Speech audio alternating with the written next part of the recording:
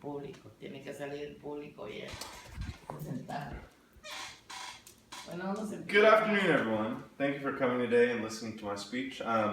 Today I'm going to be talking about television and the dangers that lie when television shows sex and violence on TV, especially sex, though. That's what we're going to be touching most today.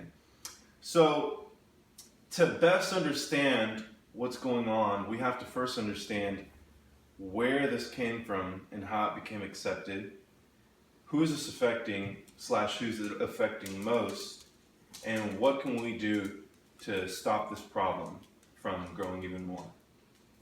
So, in the 1950s, there were a lot of conservative shows, and for the most part, all the shows were very appropriate. Anyone know any shows like I Love Lucy, Leave It to Beaver, Green Acres, The Munsters, things like that. And those shows were wildly popular at the same time being very clean.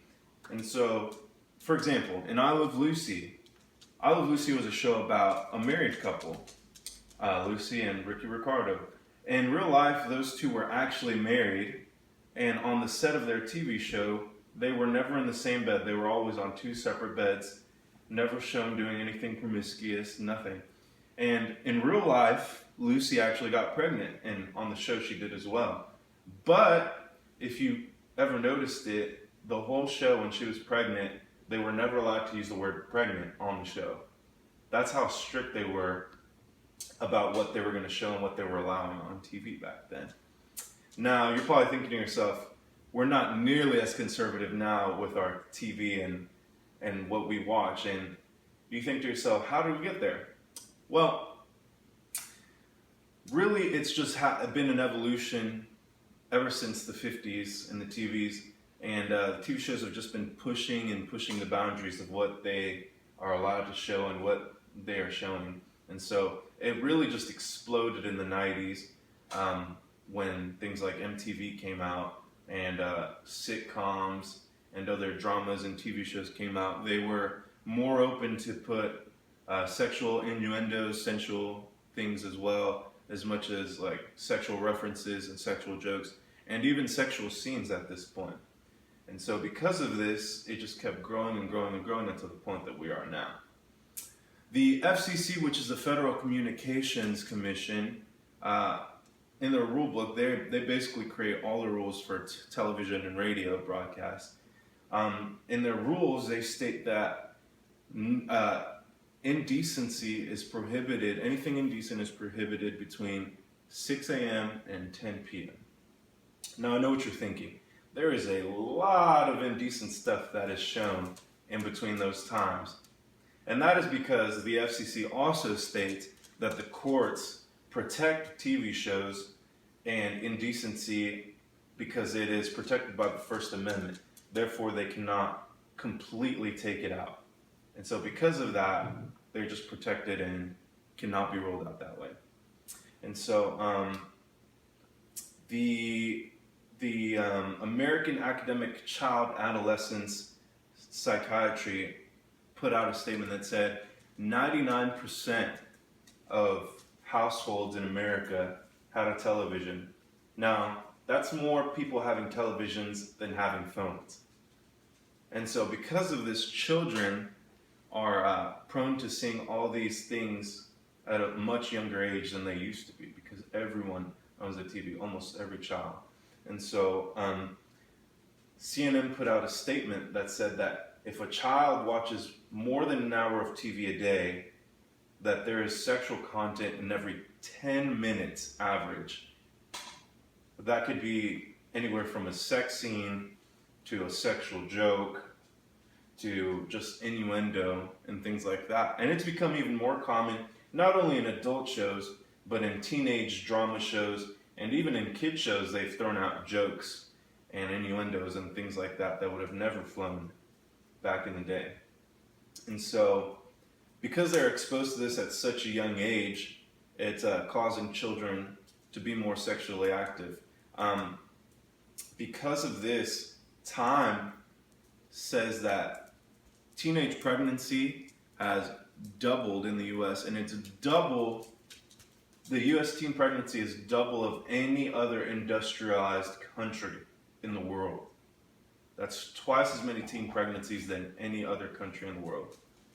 And so that just goes to show that TV and what we're letting our kids and teenagers watch really does affect what's happening.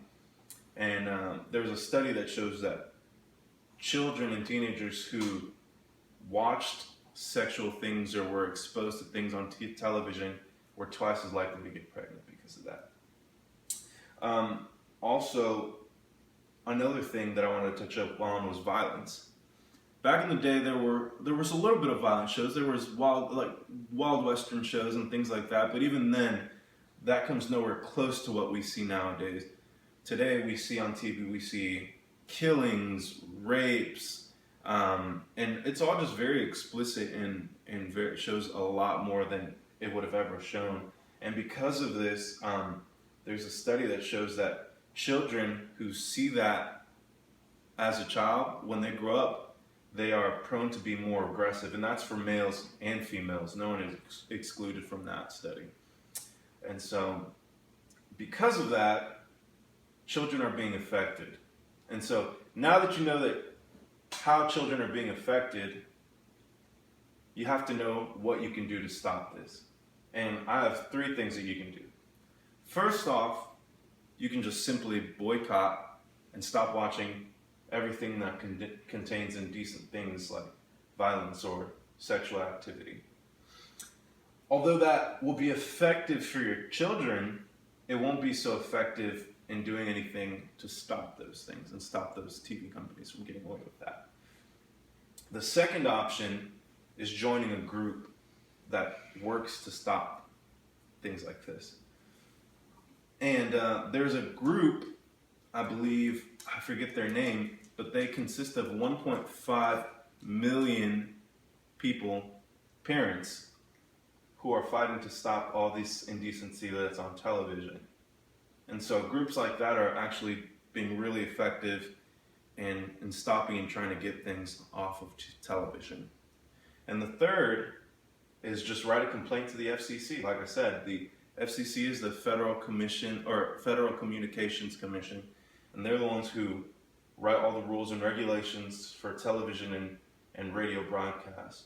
So if you have a complaint and you write it to them, and you have more people do it and more people stand up, although they do protect television shows, if they see more people standing up against what we believe is wrong, then they have to take a stand as well. If not, then they're going to see consequences as well. And so just to restate, television has just gotten out of control with violence and sexual activity. Children and teenagers are the ones being most affected by this. And 3 things that we can do to stop it is boycott it, join a group, or write to the FCC. Anyone have any questions? Do you think that TV ratings are accurate or helpful? I believe that. What do you mean by TV ratings? Like TV 14 or whatever. No, I don't believe so. Because I don't know about too much about television, but I know for a fact that, like, say in a movie, if it's PG-13, it is limited to certain things, but they give a little bit. Like PG-13 movies used to be a lot more cleaner. Now they're allowed at least 1 F word per movie and say like 1 nude scene or something like that. And so a 13-year-old shouldn't be exposed to that. I mean, that's a 13-year-old is barely a teenager.